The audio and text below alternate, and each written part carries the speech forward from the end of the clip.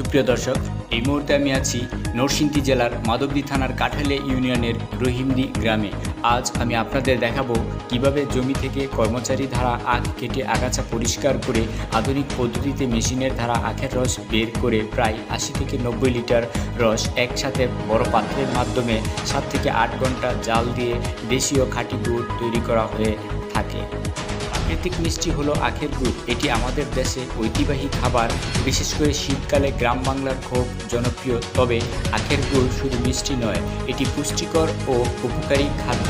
এমনকি আখের গুড়ে থাকে আয়রন, রক্ত স্বল্পতা কমাতে সাহায্য করে ক্যালসিয়াম, ম্যাগনেসিয়াম, পটাশিয়াম ও প্রাকৃতিক শক্তিদায়ক উপাদান রয়েছে। স্বাস্থ্য উপকারিতা: শরীরে শক্তি যোগায়, রক্ত পরিষ্কার করে সাহায্য করে, সর্দি কাশি ঠান্ডা কমাতে উপকারী, হজম বাড়ায়, ক্লান্তি ও দুর্বলতা দূর করে। আখের গুড় প্রাকৃতিক ও কম ক্ষতিকার, শরীরে ধীরে ধীরে শক্তি যোগায়। আরও ব্যবহৃত হয়ে থাকে যেমন দেশীয় সংস্কৃতি আখের গুড়, পুলি পিঠা, পায়েস, মোয়া, নাড়ু ইত্যাদি ব্যবহৃত হয়ে থাকে।